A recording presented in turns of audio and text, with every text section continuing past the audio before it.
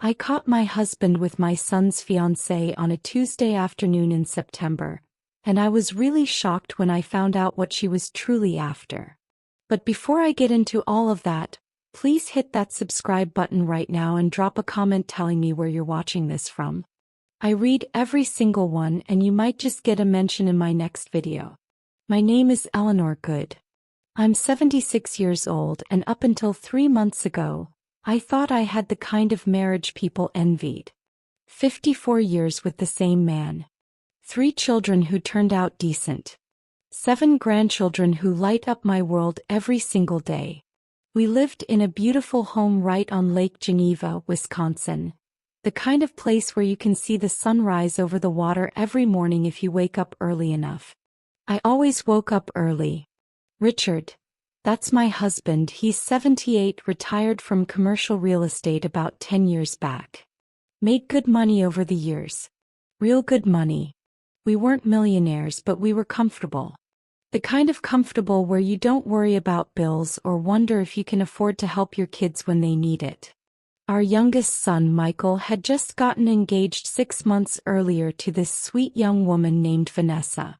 29 years old, blonde hair, bright smile, worked as a medical assistant at a clinic in Madison. When Michael first brought her home for Sunday dinner, I remember thinking how lucky he was. She laughed at all the right moments, asked me questions about my garden, even offered to help clean up the dishes. "Mom, isn't she perfect?" Michael had whispered to me in the kitchen that night, his eyes shining like a kid on Christmas morning. "She seems wonderful, honey," I'd told him. And I meant it. The wedding was set for October 15th. Just 2 weeks away when everything fell apart. I'd been spending my days calling caterers, confirming the flower arrangements, making sure the rehearsal dinner at the country club was exactly what Michael wanted. Vanessa had been so grateful for my help. She'd hug me every time she saw me and call me Mom Eleanor, in that sweet voice of hers. I trusted her completely. That Tuesday I'd driven out to the lake house, a smaller property Richard and I bought about 15 years ago as a weekend getaway. It sits about 20 minutes from our main house, tucked back in the woods with a dock that stretches out over the water. Richard had told me that morning he was going to spend the day there fixing a leak in the bathroom. Said he'd be back by dinner. I decided to surprise him with lunch. Made his favorite roast beef sandwiches, packed some of those salt and vinegar chips he loves, threw in 2 cold beers. I was feeling good, you know. My baby boy was getting married, the weather was beautiful, and I had a husband who still wanted to fix things with his own 2 hands instead of calling a plumber. I pulled into the gravel driveway around 1:30 in the afternoon. Richard's truck was there, which I expected. But there was another car too. A white Honda Civic I recognized immediately. Vanessa's car. My stomach did a strange little flip, but I pushed it down. Maybe she'd stopped by to ask Richard something about the wedding. Maybe Michael was with her. I grabbed the lunch bag and walked up the porch steps, my sandals making soft sounds against the wood. That's when I heard it. Laughter. Low and intimate. Coming from inside. I opened the screen door as quietly as I could. It creaks if you're not careful, and stepped into the small living room. The bathroom is down the hall to the left, and that's where the voices were coming from. Except they weren't in the bathroom. They were in the bedroom right next to it. The door was halfway open. I could see them before they saw me. Richard had his back to the door, his gray hair catching the afternoon light coming through the window. And Vanessa, sweet, perfect Vanessa, was pressed up against him, her arms wrapped around his neck. They were kissing. Not a peck on the cheek. Not a friendly hug gone wrong. A real kiss. The kind that makes your stomach turn when you see your husband doing it with someone who isn't you. I must have made a sound, a gasp maybe, or just a sharp breath, because Vanessa's eyes snapped open and met mine over Richard's shoulder. For one long, frozen second nobody moved. Then she smiled. Not a shocked smile. Not an embarrassed, oh God we've been caught smile. A slow, satisfied smile that made my blood run cold. Richard spun around, his face going white. Eleanor. I dropped the lunch bag. It hit the floor with a dull thud and one of the beers rolled across the hardwood, leaving a wet trail behind it. I came to bring you lunch, I heard myself say. My voice sounded strange. Distant. Vanessa stepped back from Richard, smoothing down her blouse like nothing had happened. Eleanor, this isn't what it looks like. That's what she said. Word for word. Like I was blind. Like I was stupid. I couldn't speak. Couldn't move. My legs felt like they were made of water and my heart was pounding so hard I thought it might crack right through my ribs. Richard took a step toward me, his hands up like he was approaching a wild animal. Ellie, let me explain. But I didn't wait for the explanation. I turned around and walked out of that house as fast as my 76-year-old legs could carry me. Got in my car, started the engine and drove. I don't remember the drive home. Don't remember pulling into the garage or walking into the house or sitting down at the kitchen table. But that's where I found myself 20 minutes later, staring at my hands and trying to make sense of what I'd just seen. My husband, my son's fiancée, in our lake house, kissing like they'd done it 1,000 times before. I sat there for 2 hours, not moving, barely breathing. The sun shifted across the kitchen floor. The clock on the wall ticked. And my mind raced in circles trying to find an explanation that made sense. Trying to find a reason that didn't destroy everything I thought I knew about my life. But there wasn't one. Around 4 o'clock my phone buzzed. A text from Richard. We need to talk. Please. I stared at those 4 words until they blurred. Then I set the phone face down on the table and stood up. My knees cracked, they always do, but I made it to the sink and poured myself a glass of water. My hands were shaking so badly I almost dropped it. That's when I heard the front door open. Eleanor. Richard's voice echoed through the house. Careful. The way you talk to someone standing on a ledge. I didn't answer. He appeared in the kitchen doorway, his face lined with worry. Or maybe guilt. I couldn't tell the difference anymore. Ellie, please. Let me explain what you saw. What I saw, I repeated slowly, was my husband kissing our son's fiancée. He flinched like I'd slapped him. It's complicated. Complicated. I laughed and it came out sharp and bitter. You're 78 years old, Richard. What's complicated about cheating on your wife with a woman 50 years younger than you? A woman our son is supposed to marry in 2 weeks. Keep your voice down. Don't you dare tell me to keep my voice down in my own house. We stared at each other across the kitchen. 54 years of marriage hanging between us like a curtain I could suddenly see right through. How long? I asked quietly. He looked away. Ellie. How long, Richard? A few months. The room tilted. I gripped the edge of the counter to steady myself. A few months, I whispered. Since when? Since around the time they got engaged. 6 months. He'd been doing this for 6 months. While I planned the wedding. While I welcomed Vanessa into our family. While I called her my future daughter-in-law and bragged about her to my friends at church. Does Michael know? I managed to ask. Of course not. Eleanor, listen to me. Get out. What? Get out of this house. Right now. Richard's jaw tightened. This is my house too. I don't care. Get out before I call the police and tell them you're trespassing. He stared at me for a long moment and I saw something flicker across his face. Something cold. Something I'd never seen before in all our years together. Fine, he said. But we're going to talk about this. Whether you like it or not. He turned and walked out. A minute later I heard his truck start up and pull out of the driveway. I stood alone in my kitchen listening to the silence and realized I was crying. Not sobbing. Just tears running down my face like they had nowhere else to go. Then my phone buzzed again. Another text. But this time it wasn't from Richard. It was from Vanessa. I picked up the phone with trembling fingers and read the message. I'm sorry you had to find out this way. But you should know, it's not about you. It's about the inheritance. I read it 3 times before the words sank in. The inheritance. What inheritance? My fingers hovered over the keyboard, but before I could type a response, another message came through. Ask Richard about the lake house deed. And the life insurance policy he changed last month. Then we'll talk. The phone slipped from my hand and clattered onto the table. What had I just walked into? I didn't sleep that night. Not a single minute.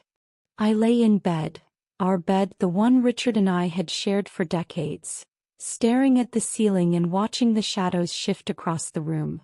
Every time I closed my eyes, I saw them. His hands on her waist. Her smile when she saw me standing there. That text message burned into my brain. It's about the inheritance. What inheritance? What life insurance policy? What deed? By the time the sun came up Wednesday morning, I'd made a decision. I wasn't going to cry. I wasn't going to fall apart. I was going to figure out exactly what was happening, and I was going to do it quietly. Richard came home around 8 that morning. I heard his truck pull into the driveway, heard his key in the lock. He walked into the kitchen where I was sitting with my coffee, and we looked at each other like strangers. We need to talk, he said. Not yet, I replied calmly. I need time to think. He studied my face, probably trying to figure out if I was going to explode or break down. But I didn't give him anything. Just sipped my coffee and looked out the window at the bird feeder in the backyard. Ellie. I said, not yet, Richard. He left for his office downtown after that. Said he had paperwork to catch up on. I didn't ask questions. Didn't argue. Just watched him go and waited until his truck disappeared down the street. Then I went to work. First thing I did was check our bank accounts online. I had all the passwords. We'd always shared everything, or so I thought. I logged into our joint checking, our savings, Richard's personal account. Everything looked normal at first glance. Bills being paid. Nothing unusual. But then I noticed something. Small transfers. 500 here, 1,000 there. All going to an account I didn't recognize. I wrote down the account number with shaking hands. Next, I went to Richard's home office. He kept files in there. Insurance papers, property documents, investment statements. I'd never had a reason to go through them before. He handled the finances. I trusted him. That word again. Trust. I pulled open the filing cabinet and started digging. Took me almost an hour, but I found it. A life insurance policy in Richard's name with me as the beneficiary. Except the date on it was recent, just 5 weeks ago. And the amount made my stomach drop. $2 million. We'd had life insurance before, sure. But it was maybe $300,000. Enough to cover funeral costs and help the surviving spouse stay comfortable. This was different. This was the kind of money people kill for. I sat back in Richard's leather chair and tried to breathe. My hands were ice cold. Why would he increase his life insurance to $2 million? And why wouldn't he tell me? Unless he wasn't planning to be the one who died. The thought hit me like a freight train, and suddenly I couldn't sit still anymore. I stood up, paced the room, tried to tell myself I was being paranoid. But Vanessa's text kept echoing in my head. Ask Richard about the life insurance policy he changed last month. He knew. She knew about the policy. I grabbed my phone and did something I never thought I'd do. I called my daughter Patricia. Not Michael. I couldn't tell Michael yet, couldn't break his heart until I knew exactly what I was dealing with. But Patricia was different.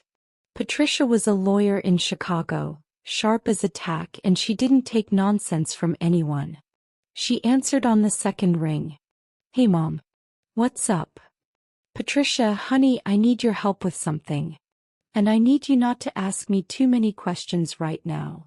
There was a pause. Mom, you're scaring me. What's going on? Can you come home this weekend? I need you to look at some documents for me. Legal stuff. What kind of legal stuff? I closed my eyes. Life insurance. Property deeds. Bank transfers. Another pause, longer this time. Mom, is Dad okay? Your father's fine. I'm the one who's not okay. I'm coming home tonight, she said immediately. I'll leave work early. Be there by 7. Thank you, baby. I hung up and stood there in Richard's office, surrounded by 54 years of paperwork and lies, and wondered how I'd gotten here. The rest of that day dragged by like molasses. Richard came home around 5 and we moved around each other like ghosts. He tried to talk to me twice. Both times I told him I wasn't ready. The truth was, I didn't trust myself to speak to him. Didn't trust what might come out of my mouth. Patricia arrived at 7:15, her lawyer briefcase in hand and worry written all over her face. She's 48, looks just like I did at that age. Same brown eyes, same stubborn chin. She hugged me tight at the door. Where's Dad? She whispered. Upstairs. Come to the kitchen. We sat at the kitchen table and I told her everything. The lake house. The kiss. The texts. The life insurance policy. Patricia's face went from shock to angry to coldly professional in the span of 5 minutes. Do you have the policy here? She asked. I slid it across the table. She read through it carefully, her jaw getting tighter with every page. Mom, this is a brand new policy. He took this out 6 weeks ago and the beneficiary is... Wait. She flipped to the second page. The beneficiary isn't you. My heart stopped. What? It's a trust. The Richard J. Good Family Trust. Do you know anything about this trust? I shook my head slowly. No. We never set up a trust. Patricia's expression darkened. Well, somebody did. And if you're not listed as a trustee, that means you have no control over it. Which means if something happened to Dad, or to you, the money goes into this trust and whoever controls it decides where it goes. Who controls it? I'd need to see the trust documents to know for sure. Do you know where Dad keeps those? I don't even know if he has them here. We sat in silence for a moment, the weight of it all pressing down on us. Mom, Patricia said quietly, I need you to tell me the truth. Do you think Dad is planning to hurt you? The question hung in the air between us. I wanted to say no. Wanted to say that the man I'd spent 54 years with would never do something like that. But I couldn't. Because I didn't know anymore. I don't know, I whispered. But Vanessa, she mentioned the life insurance in her text. She knows about it. And she's involved with your father. So either they're planning something together or she's planning something and Dad doesn't know, Patricia finished. Either way, we need more information. Do you have access to Dad's phone? He keeps it with him. Computer. In his office, but it's password protected. Patricia drummed her fingers on the table, thinking. Hey, here's what we're going to do. I'm going to hire a private investigator to look into Vanessa's background. Full workup. Previous addresses, employment history, criminal record if she has one. Everything. How long will that take? A few days, maybe a week. In the meantime, you need to get access to Dad's phone or computer. Can you do that? I thought about it. Richard usually left his phone on the bathroom counter when he showered in the morning. Maybe. If I'm careful. Be very careful, Mom. If he catches you, he'll know you're on to him. I nodded, my mouth dry. Patricia reached across the table and squeezed my hand. We're going to figure this out. I promise. She stayed until almost midnight, going through every document I could find, taking pictures of bank statements and insurance papers. When she finally left, I felt a little less alone. A little less like I was drowning. But I still couldn't sleep. Thursday morning came and I waited. Richard got up at 6:30 like always, made his coffee, read the paper. At 7:15 he went upstairs to shower. I listened to the water start running, counted to 60, then slipped into our bedroom. His phone was right where I knew it would be, on the bathroom counter face down. My hands shook as I picked it up. The screen was locked, but I knew his password. Our wedding anniversary, 0521. I typed it in and the phone opened. I went straight to his messages. There were dozens from Vanessa. My stomach churned as I scrolled through them, reading words I wished I could unsee. Miss you already from 2 days ago. Can't wait to see you tonight from last week. But then I found something worse. A conversation from 3 weeks back. Vanessa, when do you think she'll update her will? Richard, I'm working on it. He trusts me with everything financial. The sooner the old lady is gone, the sooner we can stop sneaking around. Richard, patience. These things take time. I had to grip the edge of the counter to keep from dropping the phone. The old lady. That's what she called me. That's what he let her call me. The shower was still running. I kept scrolling, my eyes blurring with tears. Vanessa, did you talk to the lawyer about the trust? Richard, yes. Everything's set up. Once it's funded, we're golden. Vanessa, and Michael still doesn't suspect anything? Richard, not a thing. He's too in love to see straight. My son. They were talking about my son like he was a fool. Like he was just a pawn in whatever sick game they were playing. I heard the water shut off. Panic shot through me. I closed the messages, locked the phone, set it back exactly where it had been, and hurried out of the bedroom. I made it to the kitchen just as Richard came downstairs, his hair still damp. Morning, he said carefully. Morning, I replied, my voice somehow steady. He poured himself another cup of coffee, watching me over the rim of his mug. Have you thought about what I said? About talking? I'm still thinking. He nodded slowly. Take your time. I'll be at the office all day if you need me. After he left, I sat down at the kitchen table and typed out everything I'd seen in those messages. Every word. Every date. Then I sent it all to Patricia. Her response came back within minutes. Oh my God, Mom. This is worse than I thought. I'm making calls today. Stay safe. Do not confront him yet. I wanted to confront him. Wanted to scream and throw things and demand answers. But Patricia was right. If I tipped my hand too early, they'd just cover their tracks better. So I waited. Friday afternoon, Patricia called. Mom, you need to sit down. I'm sitting. The PI got back to me. Vanessa's real name is Natalie Brennan. She's not 29, she's 38. And she's done this before. My blood went cold. Done what before? Targeted older men. Wealthy ones. She was engaged to a 72-year-old man in Arizona 3 years ago. He died 6 months into the engagement. Heart attack, supposedly. She inherited $150,000 from his life insurance. Oh my God.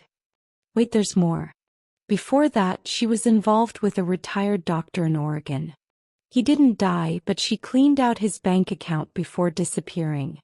He never pressed charges because he was too embarrassed. I couldn't breathe. Couldn't think. And Michael, does Michael know any of this? There's no way he knows, Mom. She's a professional con artist. She's good at what she does. We have to tell him. Not yet. We need proof that she's targeting you and Dad specifically. Otherwise it's just a history and she could explain it away. The PI is still digging. Give him another few days. I wanted to argue, but I knew she was right. Michael would defend Vanessa. He'd say we were paranoid, that love was love, that people could change. I needed proof he couldn't deny. That night, I lay in bed next to Richard. We'd been sleeping in the same bed, though I stayed as far from him as possible, and stared at his back in the darkness. This man I'd loved for 54 years. This stranger. My phone buzzed on the nightstand. A text. I picked it up expecting Patricia. But it was from Vanessa. Your son has no idea what I'm really after. And he never will. Sweet dreams, Eleanor. I stared at those words until they burned into my brain, and I knew without a doubt, that this was about to get so much worse. 1 week. That's all the time I had left before my son married a woman who'd already killed once and was planning to do it again. The Monday before the wedding, our house turned into chaos. Michael's older brother Gregory flew in from Denver with his wife and 2 kids. Patricia came back from Chicago. Richard's sister Helen drove up from Illinois. Friends started calling about last-minute details. The florist needed confirmation. The caterer had questions about the menu. And I had to act like everything was fine. I stood in my kitchen that Monday morning, making pancakes for my grandchildren while my husband sat at the table reading the paper like he wasn't planning my death. Like he hadn't been sleeping with our son's fiancée for 6 months. Like he was still the man I thought I'd married. Grandma, these are the best pancakes ever, my grandson Tyler announced, syrup dripping down his chin. He's 7, gap-toothed and beautiful. Thank you, sweetheart, I said, ruffling his hair. My hands were steady.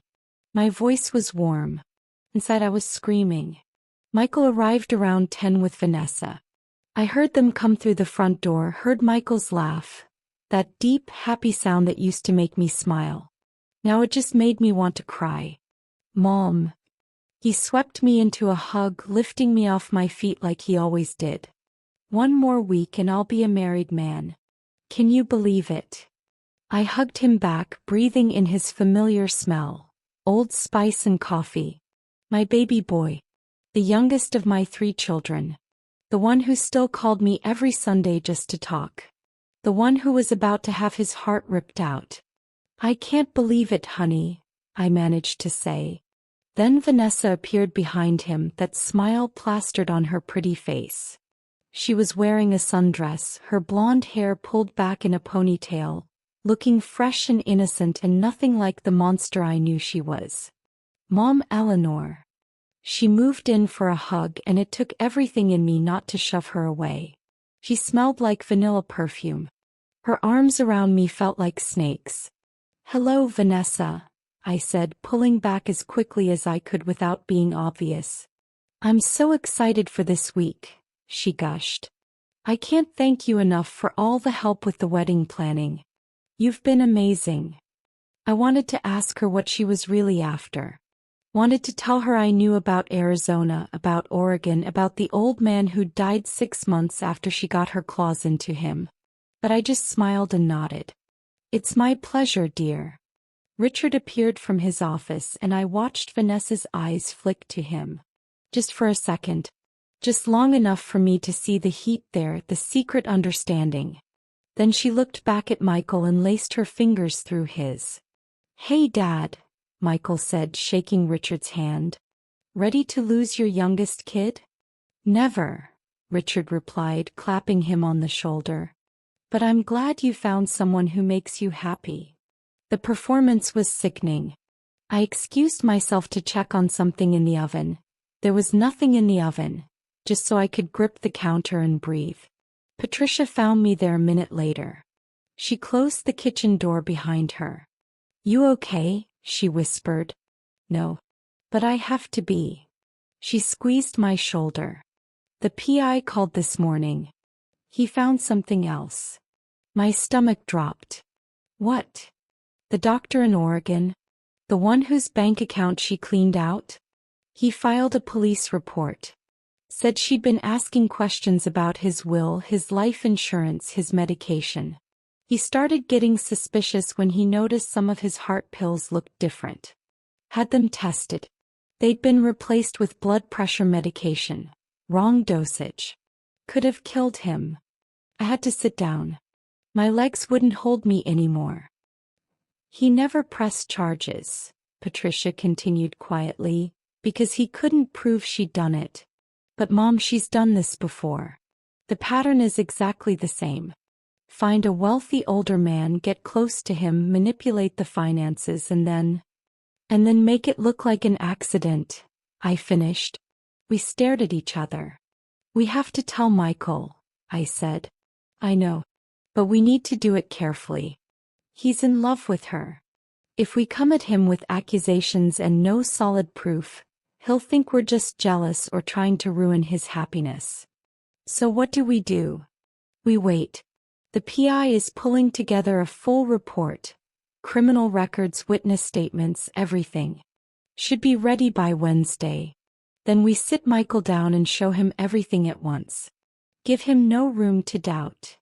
I nodded, even though every instinct in me was screaming to grab my son and drag him away from this woman right now. The rest of Monday passed in a blur of wedding preparations. Vanessa stayed for lunch, sitting next to Richard at the dining table, their feet touching under the table where they thought no one could see. But I saw everything now. Michael talked about the honeymoon, 2 weeks in Hawaii, a resort on Maui. I'm taking her to all my favorite spots, he said, his face glowing. I want to show her everything. I watched Vanessa smile at him, watched her play the perfect bride-to-be, and wondered if she planned to come back from Hawaii as a widow. That night, after everyone had left and the house was quiet again, I couldn't sleep. I kept thinking about that text. Your son has no idea what I'm really after. What was she really after? Obviously money. But there was more to it, wasn't there? The text from Richard had said something about a trust. About things being set up. About being golden. I needed to see those trust documents. Needed to know exactly what Richard and Vanessa had planned. Tuesday morning, I told Richard the first was going to the grocery store. Instead, I drove to the county clerk's office downtown. If Richard had set up a trust, there might be public records. Property transfers, beneficiary designations, something. The clerk was a young woman with tired eyes who looked like she'd rather be anywhere else. Can I help you? Yes, I need to search for any trusts or property transfers under the name Richard Good. She typed into her computer for what felt like an eternity. Here we go. Richard J. Good. There's a trust registered 6 weeks ago, the Richard J. Good Family Trust. And a property transfer. That's interesting. My heart was pounding. What's interesting? The lake house property on Timber Ridge Road was transferred into the trust 3 weeks ago. And the beneficiary listed isn't a person. It's another entity. VB Holdings LLC. VB Holdings? I repeated. What is that? It's a limited liability company. Registered in Delaware. She squinted at her screen. Owner of record is Vanessa Brennan. The room tilted. Vanessa Brennan. Not Vanessa Miller, which was the last name she'd given Michael. Brennan. Her real name. She owned the company. Which meant she owned the trust. Which meant if anything happened to Richard, or to me, everything in that trust went straight to her. Ma'am, are you okay? The clerk asked. You look pale. I'm fine, I lied. Can you print all of this for me? She handed me the documents and I drove home in a daze. Richard had transferred our lake house into a trust that Vanessa controlled. She was going to take everything. I called Patricia the second I got home. She owns it all, I said without preamble. The trust, the lake house, everything. It's all in her name. Patricia swore, which she rarely did. Does Michael know about any of this? He doesn't even know her real last name. Okay, that's it. We're telling him. Tomorrow. I don't care if the PI report isn't done. We can't wait anymore. But Wednesday came and Michael was unreachable. He'd taken Vanessa to Milwaukee for a pre-wedding getaway, just the two of them. Wouldn't be back until Thursday night, 2 days before the wedding. I spent Wednesday cleaning the house like a madwoman, scrubbing floors that didn't need scrubbing, organizing closets that were already organized. Anything to keep my hands busy and my mind from spiraling. Thursday morning, Patricia called. The PI finished the report. "Mom, you need to see this." She came over within the hour, a thick manila folder in her hands. We sat at the kitchen table, the same table where I'd served thousands of family meals, and she spread the documents out in front of me. Photos, records, witness statements. "This is Vanessa in 2019, Patricia said, pointing to a picture of a blonde woman who looked exactly like our Vanessa, just with shorter hair. Engaged to Gerald Hutchins, age 72, retired investment banker in Phoenix. They were together for 8 months. He changed his will to include her, took out additional life insurance. Then he died. Massive heart attack.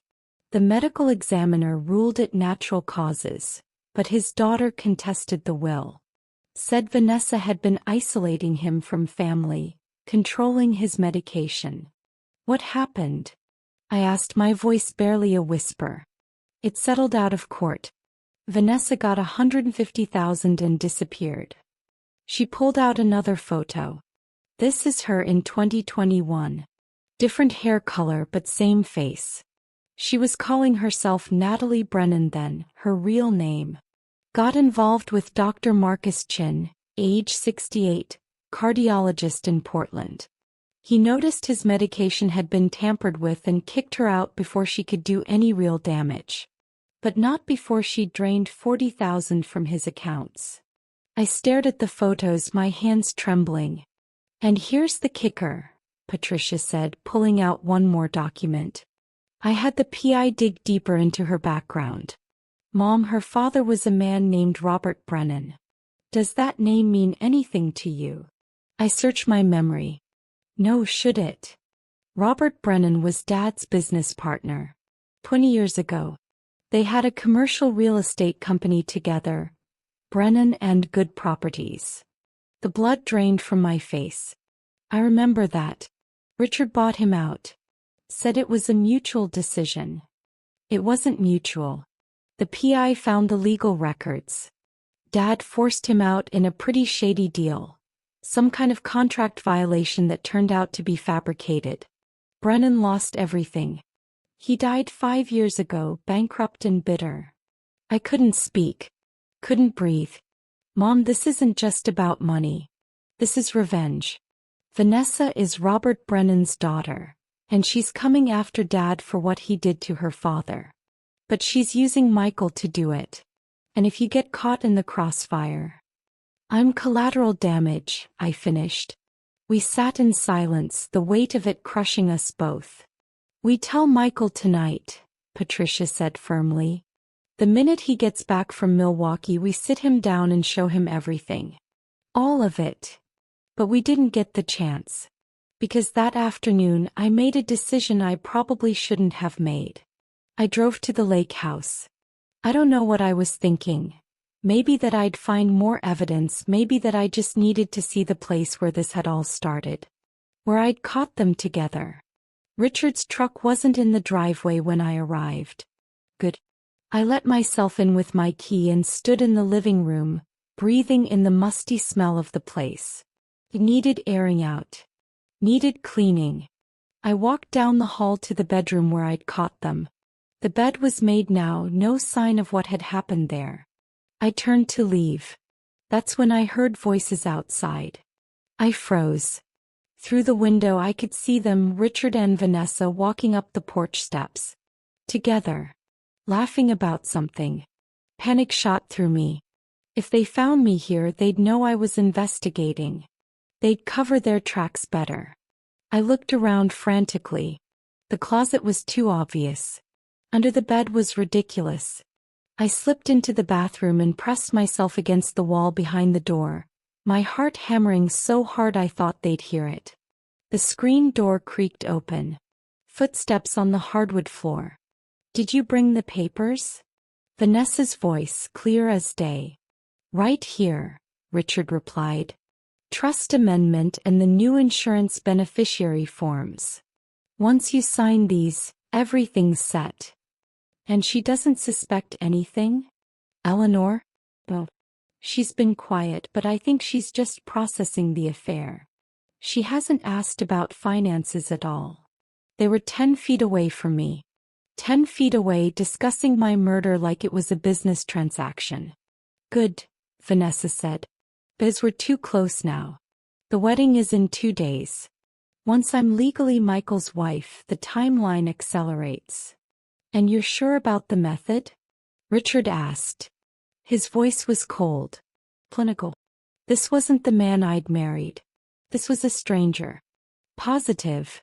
It'll look like a fall. She's 76, she takes blood thinners for her heart. One bad tumble down the stairs, a head injury, and it's over. Tragic accident. Nobody questions it. My hand flew to my mouth to keep from gasping. They were planning to push me down the stairs. What about Michael? Richard asked. He'll grieve, we'll comfort him, and then we'll quietly divorce in a year or 2. By then the trust will be emptied and I'll be long gone. You get your half, I get mine, and your ungrateful son gets nothing. I still think we should have just... No, Vanessa cut him off. Your way was too slow. My way is clean and fast. 2 weeks tops. Maybe less if the opportunity presents itself. Silence. Then footsteps moving toward the small table by the window. Sign here and here, Richard said. I heard papers rustling. A pen scratching. I stood in that bathroom, barely breathing, listening to them plan my death, and I knew I couldn't wait for Michael to come home. Couldn't wait for Patricia's perfect plan. I had to do something now. The voices moved away, they were going outside, probably to the dock. I waited until I heard the screen door close, then crept out of the bathroom. Through the window I could see them standing by the water, their backs to the house. On the table were the papers they'd been signing. Legal documents with official seals. I grabbed my phone and took pictures of every single page. Trust amendments. Life insurance forms. Beneficiary changes. All of it making Vanessa the primary inheritor of everything Richard and I had built together. My hands shook so badly I almost dropped the phone, but I got the photos. Then I slipped out the front door as quietly as I'd come in, got in my car and drove. I made it about 2 miles before I had to pull over. I sat on the side of the road, gripping the steering wheel, and let myself fall apart for exactly 5 minutes. Then I called Patricia. I have proof, I said when she answered. I have everything. And you're not going to believe what they're planning. Saturday morning arrived with perfect weather. Clear blue sky, temperature in the mid-70s, a gentle breeze coming off the lake. The kind of day people dream about for weddings. I woke up at 5 in the morning, 2 hours before my alarm, and stared at the ceiling of the guest room where I'd been sleeping for the past 3 nights. I couldn't stay in the same bed as Richard anymore. Couldn't even look at him without seeing that cold expression on his face when he talked about my fall down the stairs. The wedding was at 2 o'clock. In 9 hours, my son would marry the woman who planned to kill me. Unless I stopped it. I sat up, my joints aching the way they always did first thing in the morning, and tried to think clearly. Patricia had the photos I'd taken at the lake house. We had the PI's report. We had proof of everything. Vanessa's real identity, her criminal history, the revenge motive, the trust documents, the murder plot. We could stop this wedding right now. Call Michael, show him everything, let his heart break in private instead of in front of 150 guests. But would he believe us? I'd been thinking about this all night. Michael was 34 years old, successful, smart. But he was also deeply, completely in love. When people are in love, they don't see clearly. They make excuses. They give second chances. They convince themselves that everyone else is wrong. If we confronted him this morning on his wedding day with accusations about the woman he loved, what would he do? He'd defend her. Call us crazy.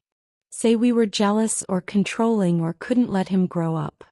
And Vanessa, she was smart enough to have a story ready.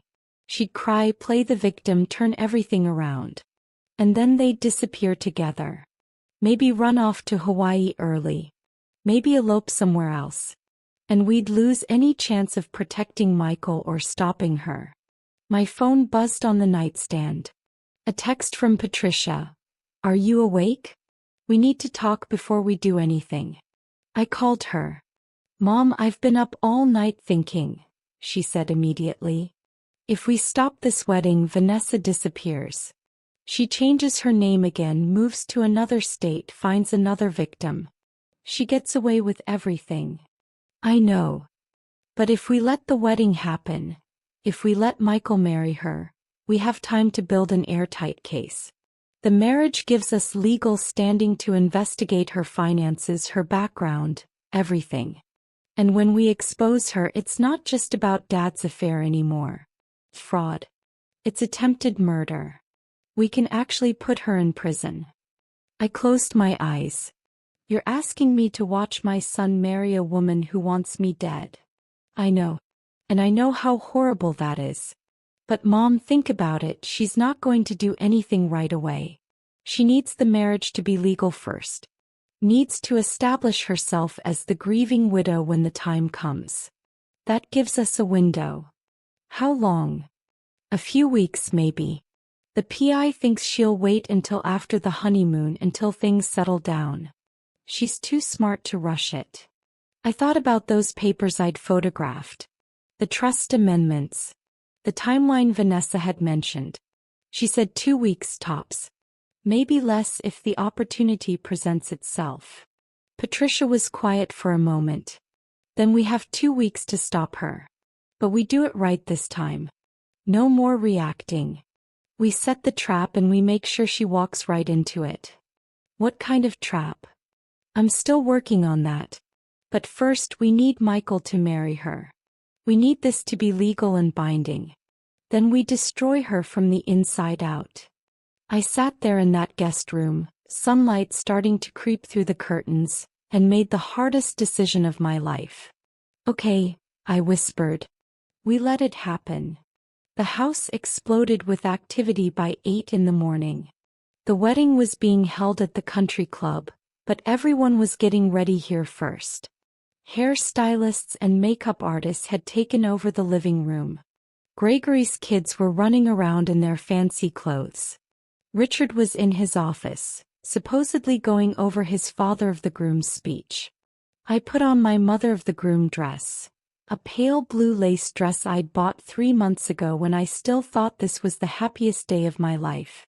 Felt like a costume now. I stood in front of the mirror and barely recognized myself. There was a knock on my door. Mom?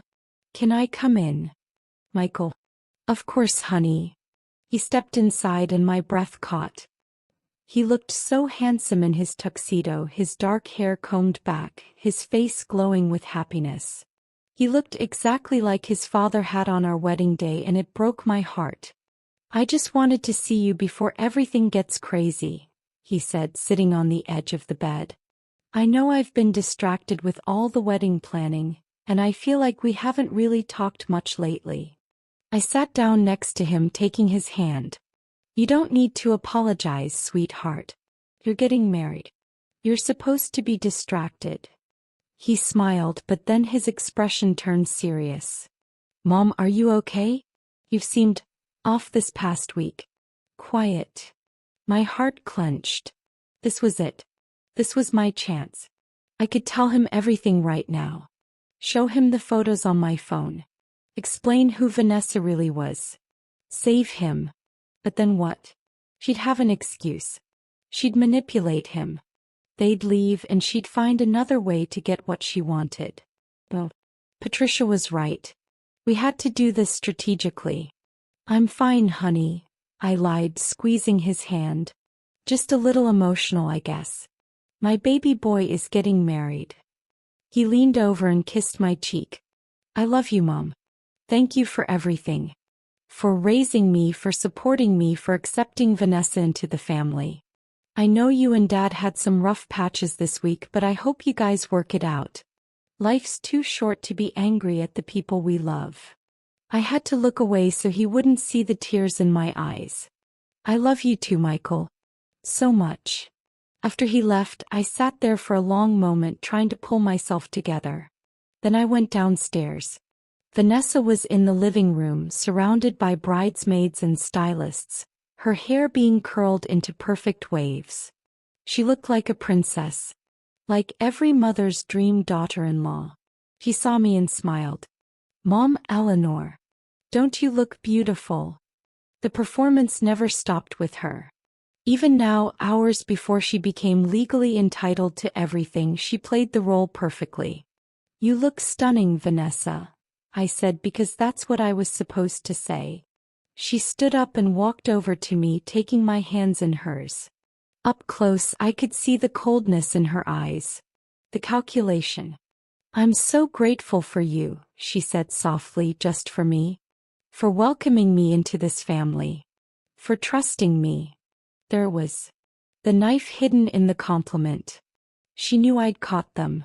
Knew I'd been investigating. And she was daring me to do something about it. "Of course, dear," I replied, matching her fake smile. "That's what family does." We stared at each other for a heartbeat too long. Then her phone buzzed and she turned away to check it. I saw Richard's name on the screen before she tilted it away.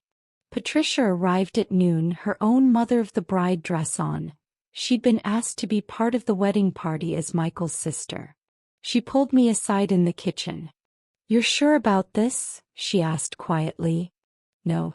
But we're doing it anyway. I talked to the PI this morning. He's putting together evidence packets. Everything we found, all documented and notarized. We can take this to the police on Monday. File for annulment based on fraud. Get a restraining order against both of them." 2 days, I said. "I have to survive 2 more days." "You'll survive, Mom. You're stronger than you think." At 1 o'clock, we all loaded into cars and drove to the country club. The ceremony was being held in the garden overlooking the golf course, with white chairs set up in rows and an archway covered in roses at the front. It was beautiful. Every detail was perfect. I'd made sure of that. Guests were already arriving, filling the seats. Friends I'd known for decades. Family members from both sides. Everyone smiling, happy, excited to celebrate love. If only they knew. I took my seat in the front row, right next to where Richard would sit. Patricia sat beside me, her hand finding mine and squeezing tight. The string quartet started playing. The wedding party began their procession down the aisle. Gregory's daughter was the flower girl, tossing rose petals with a gap-toothed grin. The bridesmaids followed in their lavender dresses.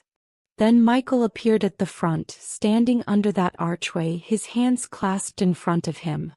He was shaking slightly. Nervous. Happy. "My son." The music changed to the wedding march. Everyone stood. Aunt Vanessa appeared at the back of the aisle. She looked perfect. Her white dress was simple but elegant, her veil trailing behind her, her bouquet of white roses catching the afternoon light. She walked slowly, savoring every moment, her eyes locked on Michael. I watched her come down that aisle and I saw it all so clearly. The girl from Arizona who'd killed a 72-year-old man. The con artist from Oregon who'd tampered with medication. Robert Brennan's daughter, here to destroy the man who'd destroyed her father. And my son standing there with tears in his eyes, seeing only the woman he loved. She reached the front. Michael took her hand. They turned to face the officiant. "Dearly beloved," the officiant began, "we are gathered here today to witness the union of Michael Richard Good and Vanessa Marie Miller." Not even her real last name. Everything about her was a lie. The ceremony continued. They exchanged vows, promises to love and cherish in sickness and in health till death do them part. Michael's voice was steady and clear. Vanessa's was sweet and soft. All wise. "If anyone objects to this union," the officiant said, "speak now or forever hold your peace." Silence. I felt Patricia's hand tighten around mine. This was the moment. We could stand up right now. We could stop this. I stayed seated. By the power vested in me, the officiant continued, I now pronounce you husband and wife. You may kiss the bride. Michael lifted Vanessa's veil and kissed her. The guests erupted in applause. The string quartet played. Everyone was smiling. Everyone except me and Patricia. The newlyweds walked back down the aisle together, hand in hand. Vanessa was beaming. As she passed my row, she looked directly at me. And she winked. The reception was held in the country club ballroom. Dinner was served. Toasts were given. Richard stood up and gave a speech about love and commitment that made me want to vomit. Michael and Vanessa had their first dance. I sat at the head table pushing food around my plate, watching them celebrate. Patricia leaned over. Mom, are you going to be okay? I looked at Vanessa laughing in Michael's arms. I looked at Richard checking his phone under the table, probably texting her. I looked at my son completely oblivious to the nightmare he'd just married into. And I made my decision.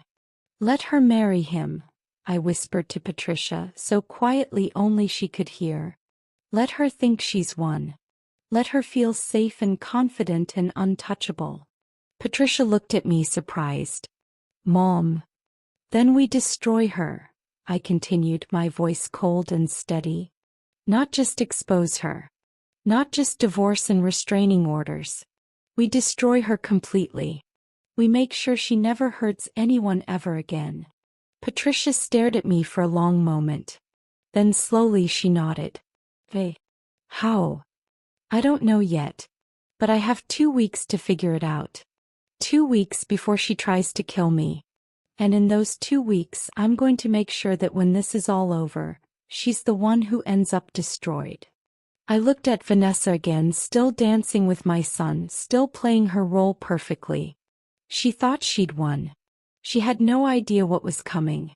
The day after the wedding, Michael and Vanessa left for their honeymoon in Hawaii. I stood in the driveway at 6 in the morning, hugging my son goodbye, watching him load suitcases into the car while his new wife sat in the passenger seat checking her phone. 2 weeks in paradise, Michael said, grinning like a kid on Christmas morning. I can't wait to show her all my favorite spots from when we vacationed there. Have a wonderful time, honey, I said, holding him tight. You deserve it. Vanessa rolled down her window. Goodbye, Mom Eleanor.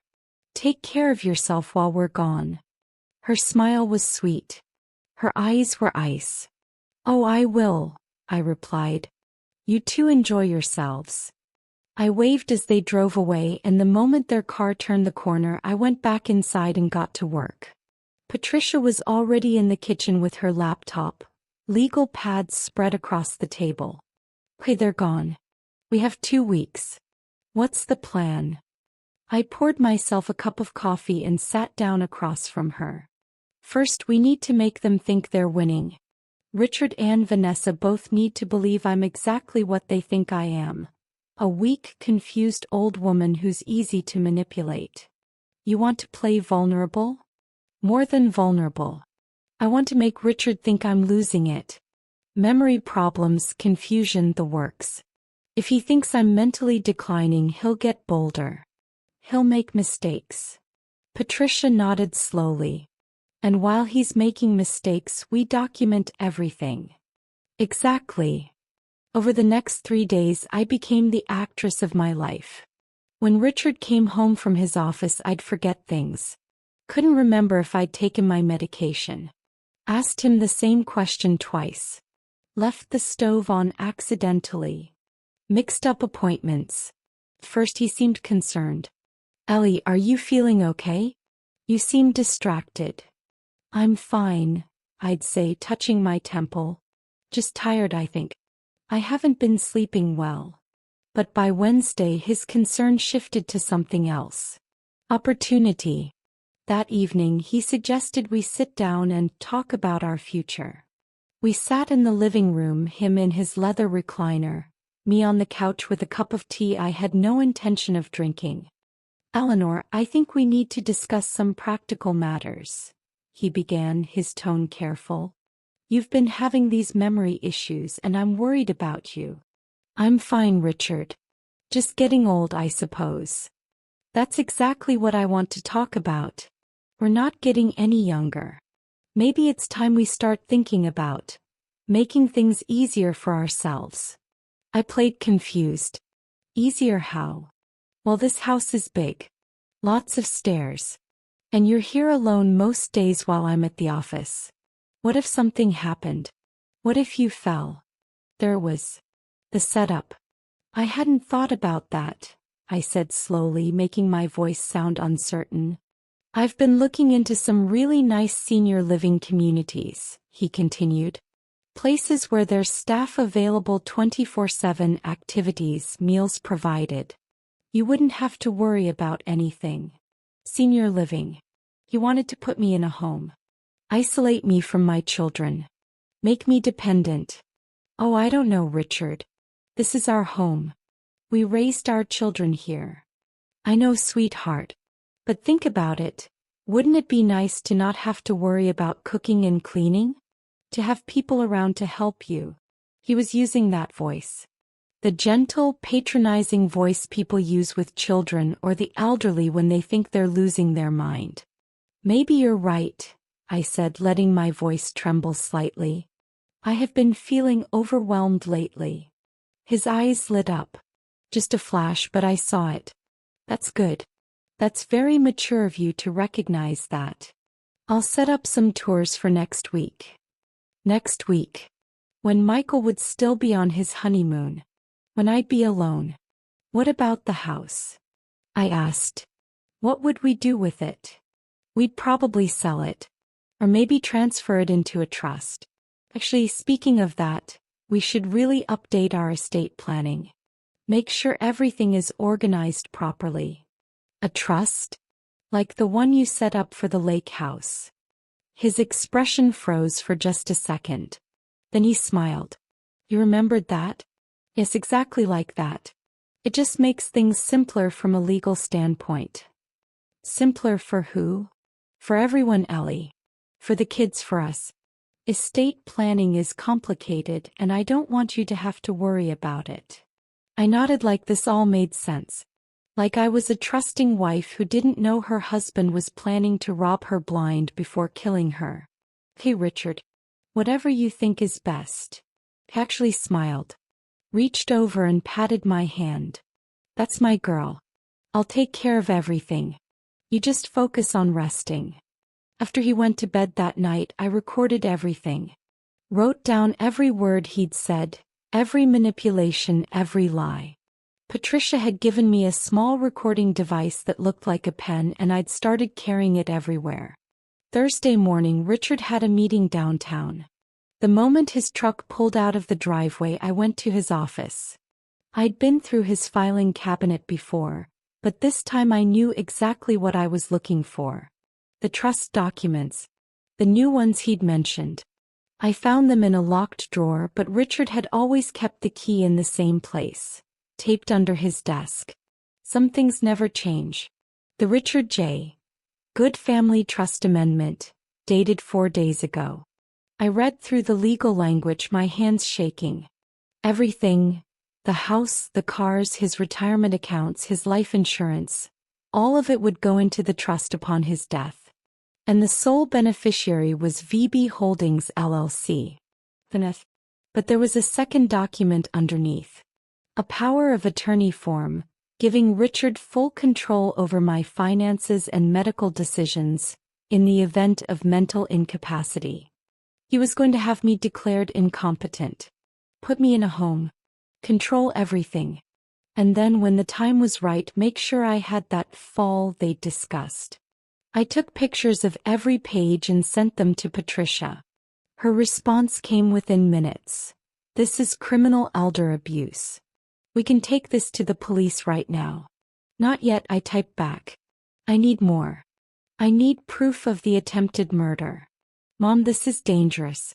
What if he tries something before we're ready? He won't. He's too careful. But I need to push him. Make him desperate. That afternoon I put my plan into action. When Richard came home, I was sitting at the kitchen table with our checkbook and a pile of bills, looking confused. Richard, can you help me? I can't seem to balance the checkbook. The numbers don't make sense. He came over, glanced at what I'd done, which was deliberately wrong, numbers in the wrong columns, additions that didn't add up. Ellie, this is all mixed up. Is it? I thought I was doing it right. I put my hand to my forehead. I'm sorry, I'm just so confused today. Maybe you shouldn't be handling the finances anymore, he said gently. Why don't you let me take care of all this? But I've always helped with the bills. I know, sweetheart. But you're stressed.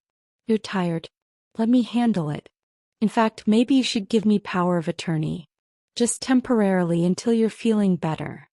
That way I can manage everything without bothering you with all these details. There was exactly what I'd been waiting for. Power of attorney? I repeated, making myself sound uncertain. It's just a precaution. It doesn't mean anything except that I can help you more easily. Sign checks, talk to doctors, that sort of thing. It would actually make your life much simpler. I pretended to think about it. I suppose that makes sense. When would we do this? I have the papers in my office. We could sign them right now. Of course he had them ready. He'd probably had them prepared days ago. Okay, I said quietly. If you think it's best. He actually brought out the papers. Power of attorney documents, all typed up, just waiting for my signature.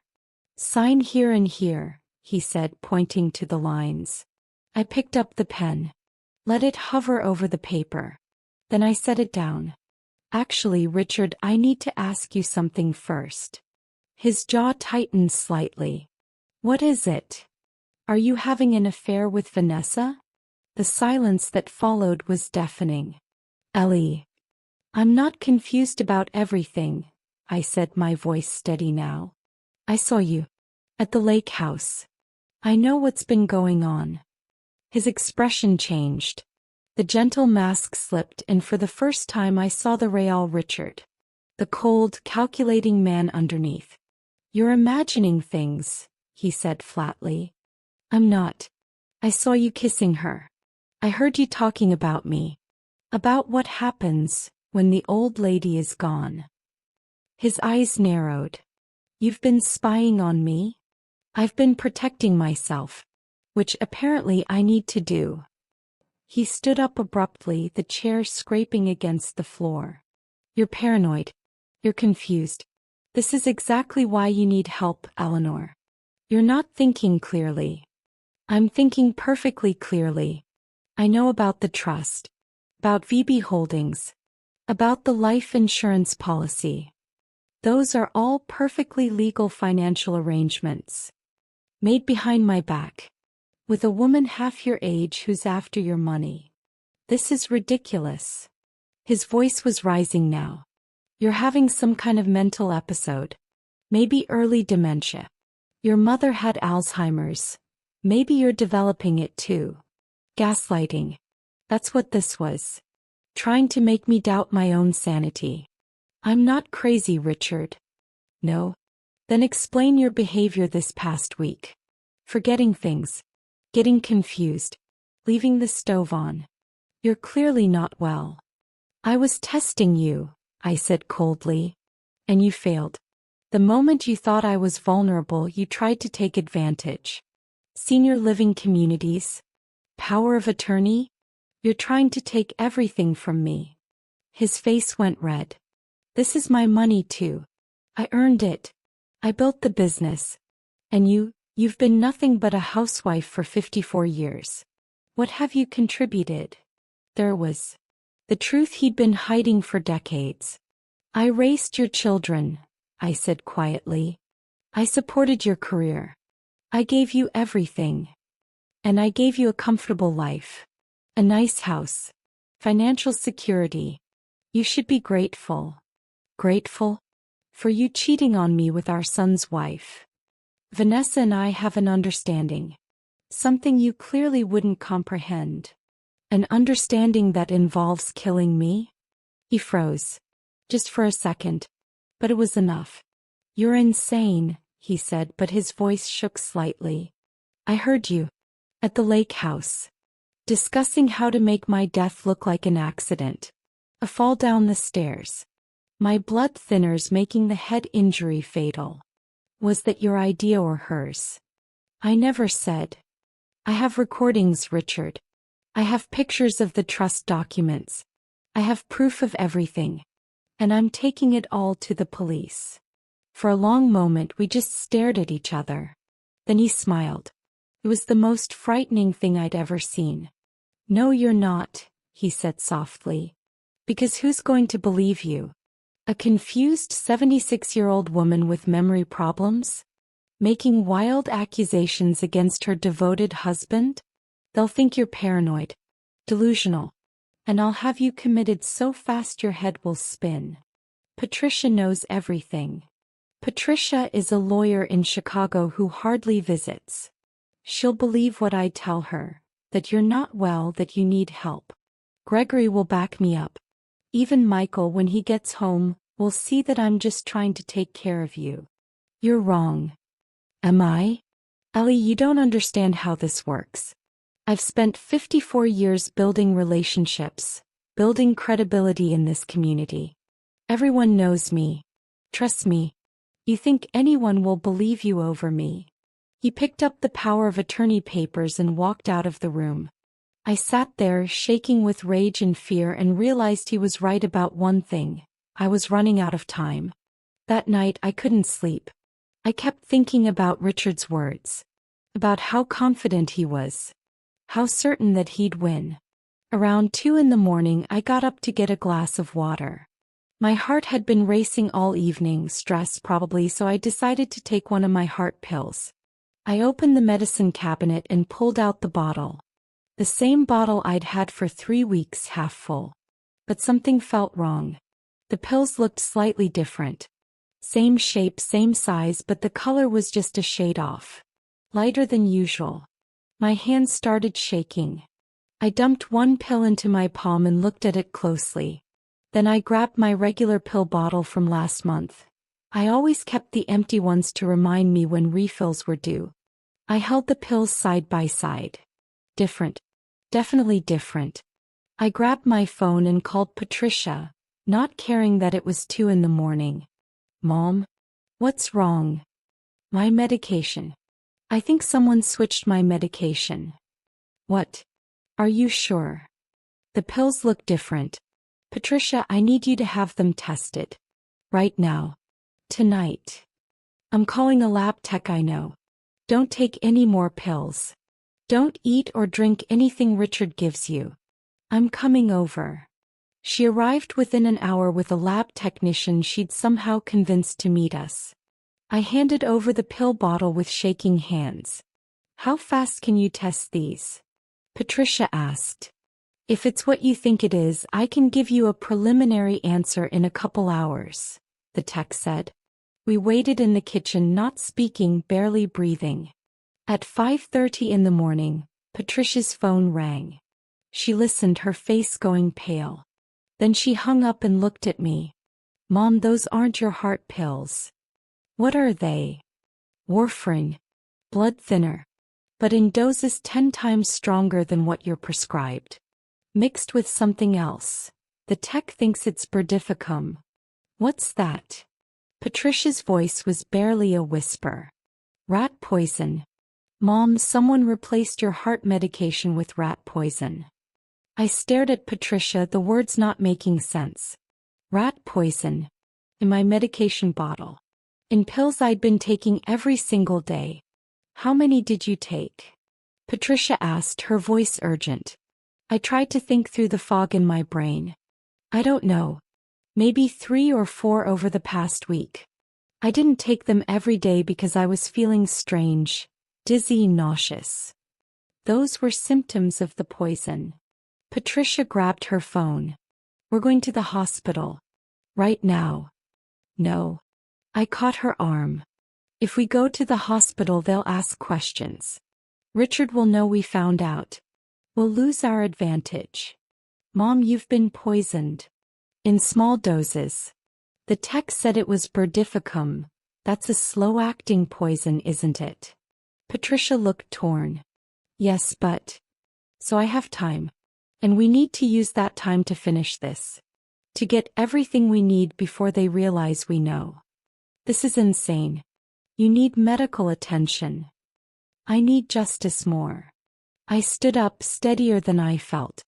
Call the police. Not about the poisoning, not yet. Tell them everything else. The affair, the trust fraud, the financial abuse. Get them to start an investigation. Patricia hesitated, then nodded. Hey. But you're seeing a doctor today.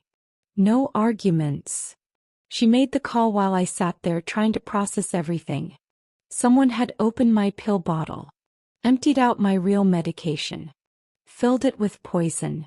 Had been watching me take it, waiting for me to die. Richard? Or Vanessa?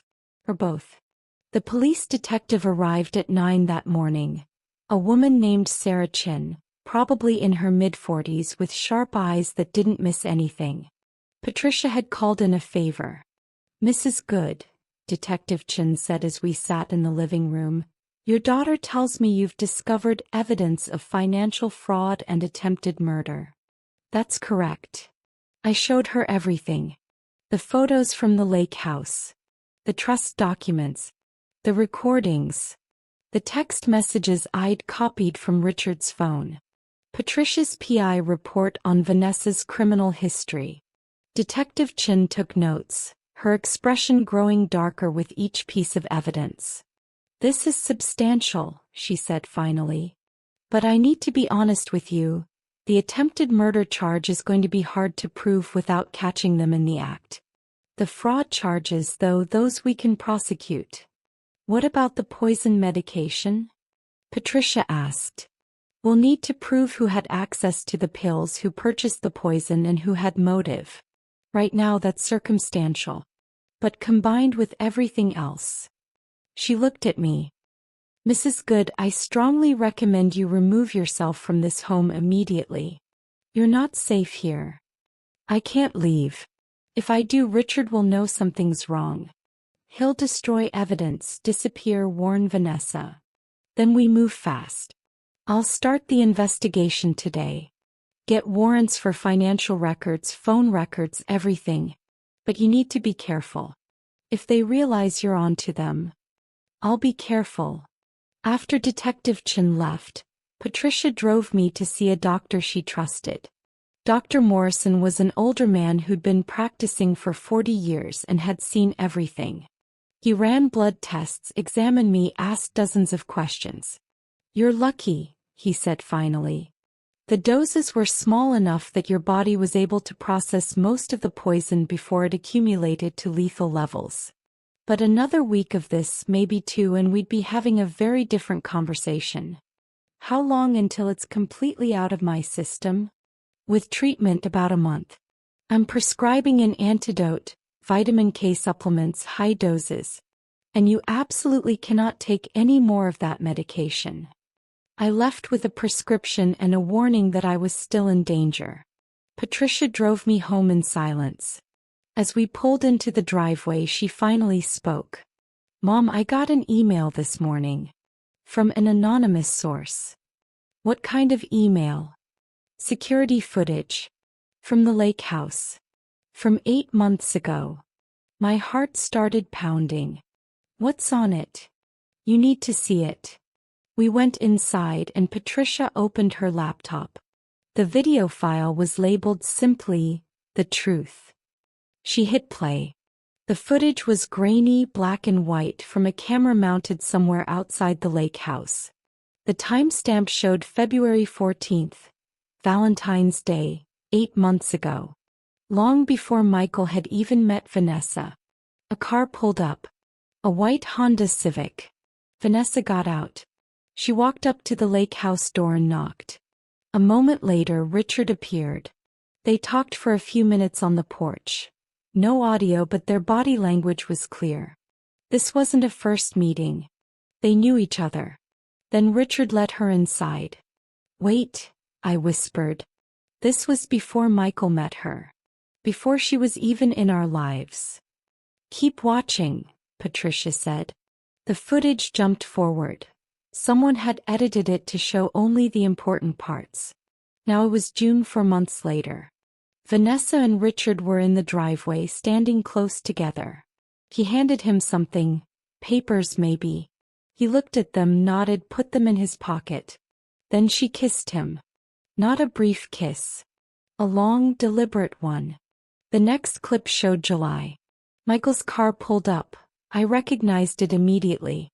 He got out and Vanessa was suddenly there, accidentally running into him in the driveway. Laughing, apologizing, introducing herself. It was staged. The whole meeting was staged. She planned this from the beginning, I said, my voice hollow. She approached Richard first. Set everything up. Then she engineered meeting Michael. Whoever sent this knows everything, Patricia said. The question is, who are they? And why are they helping us? We didn't have to wait long for an answer. That afternoon another email arrived. This time with a message. Mrs. Good, my name is Marcus Chin. I'm the Dr. Vanessa, or Natalie as I knew her, targeted in Oregon 3 years ago. He nearly killed me. I've been tracking her ever since, waiting for the right moment to stop her. I sent you the security footage because you deserve to know the truth. But there's more you need to see. She's not just after your money. She's planning to betray your husband too. Check the attachment. I opened the attachment with shaking hands. Bank statements. Account information. For a bank in the Cayman Islands. An account in Richard's name. Opened 3 months ago. With deposits totaling over $800,000. Money transferred from the trust, from Richard's accounts, from investments. But Richard didn't know about this account. I was certain of that. She's framing him, Patricia said, reading over my shoulder. She's been siphoning money into an offshore account in his name. When this all comes out, it'll look like he was embezzling. He'll go to prison for fraud and theft.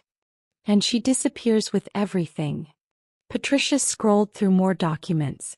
Look at this. She has power of attorney over the Cayman account. She can withdraw everything and close it any time she wants. She's been planning to double-cross Richard from the start.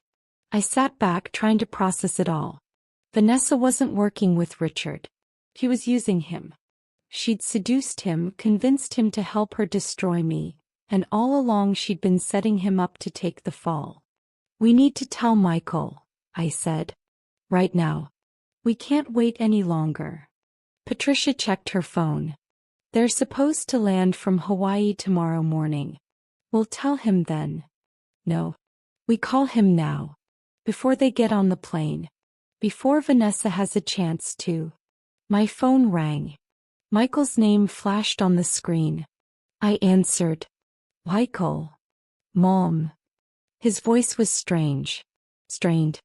I need you to tell me the truth about something. My heart dropped. What is it, honey? A man just approached me at the hotel. Said his name was Marcus Chin. Said he's a doctor from Oregon. He told me. Michael's voice broke. He told me Vanessa isn't who she says she is. That she's a con artist. That she's done this before. I closed my eyes. Dr. Chin hadn't just sent me the footage. He'd contacted Michael directly. Mom, is it true? Michael asked. Please. I need you to tell me if it's true. Come home, I said quietly. Come home right now and I'll tell you everything. I'm already at the airport. We're flying back tonight. Emergency flight. He paused. Mom, what's happening? Who is my wife? I'll explain everything when you get here.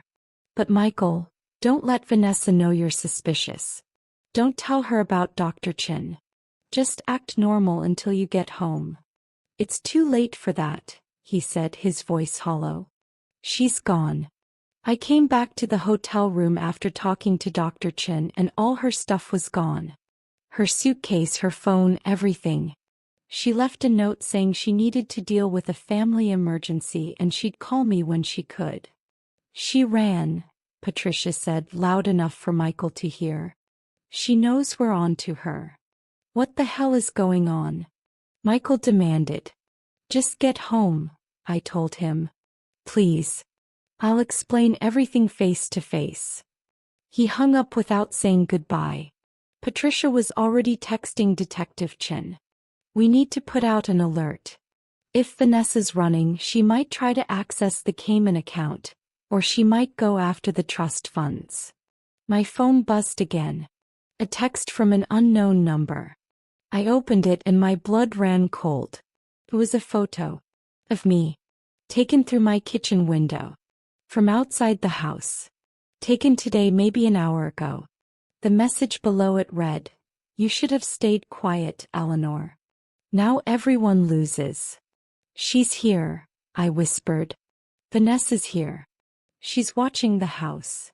Patricia grabbed her phone to call the police, but before she could dial, we heard it. The front door opening. Footsteps in the hallway. Eleanor. Richard's voice. We need to talk. Right now.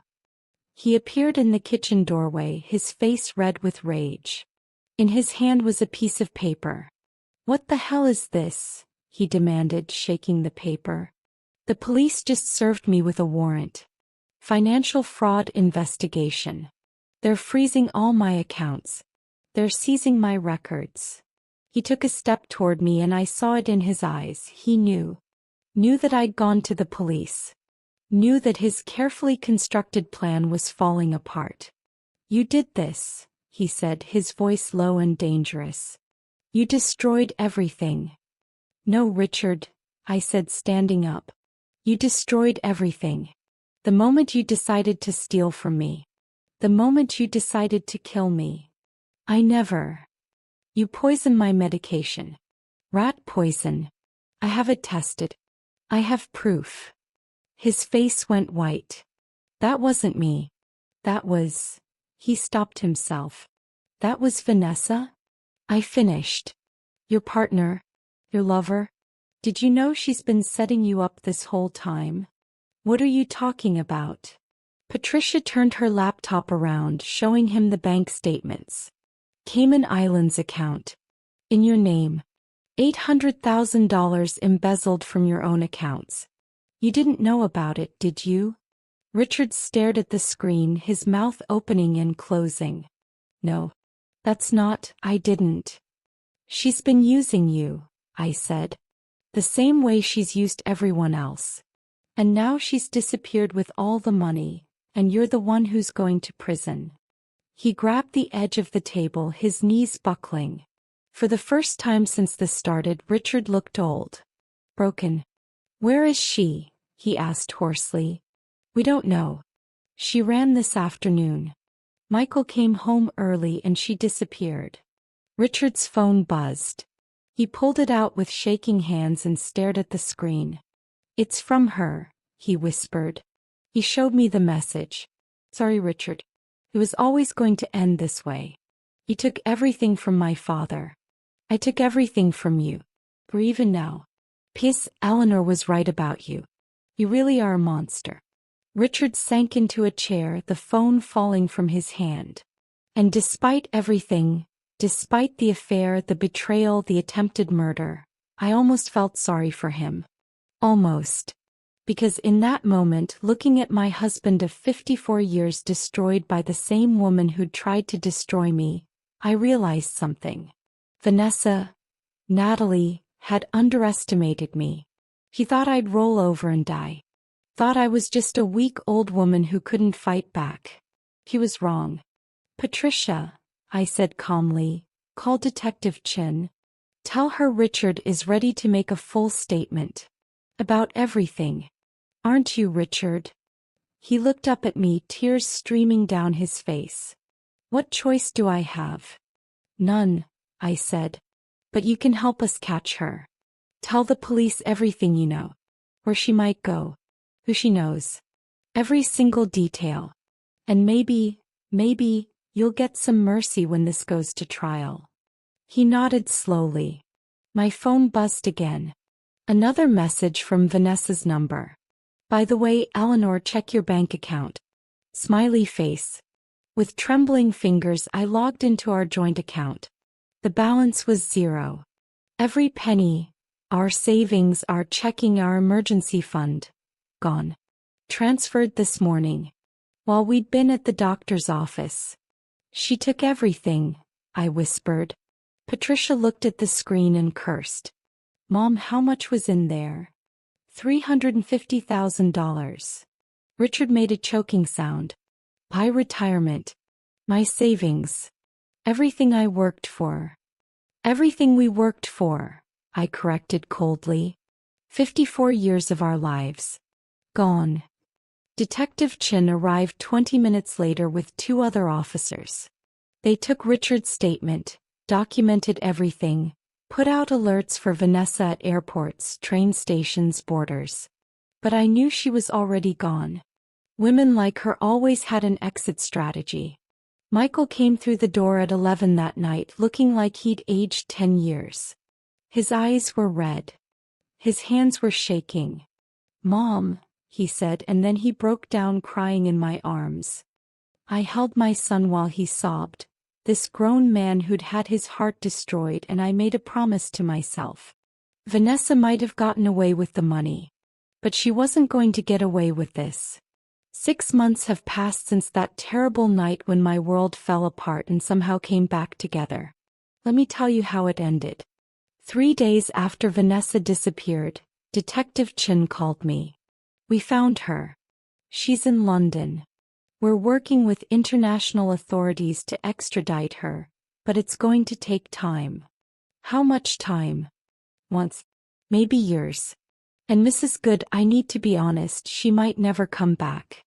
She could disappear into Europe, change her identity again. I'd expected that.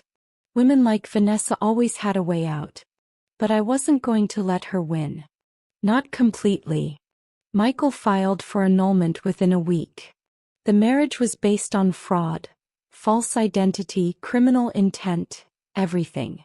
The courts approved it faster than anyone expected. Legally, it was like the marriage never happened. But the damage was done. My son spent 2 months barely getting out of bed. Patricia convinced him to see a therapist, and slowly he started healing. Richard wasn't so lucky. He was charged with financial fraud, conspiracy to commit murder, and elder abuse. The district attorney offered him a deal. Full cooperation in exchange for a reduced sentence. He took it. He's in prison now. 5 years. He'll be 83 when he gets out. I divorced him before the trial.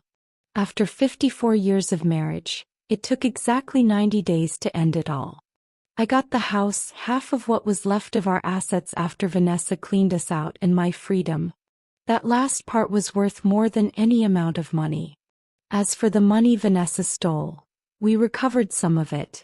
The FBI traced about $100,000 to various accounts before she moved it offshore. The rest is gone. Probably sitting in some European bank under a name we'll never find. But here's the thing about losing everything. You learn what really matters. I'm 76 years old. I have 3 children who love me. 7 grandchildren who visit every weekend. A small house that's truly mine. And for the first time in my adult life, I'm not living for anyone else. I started writing a book about my experience. Betrayed at 76. How I survived my husband's ultimate deception.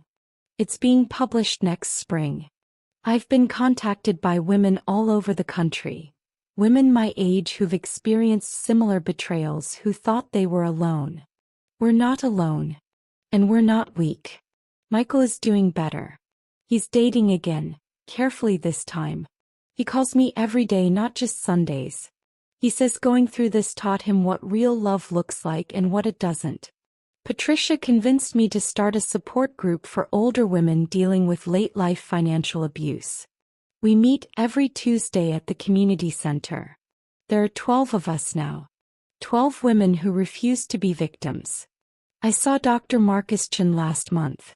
He flew to Wisconsin specifically to meet me. He's the one who saved my life by reaching out when he did.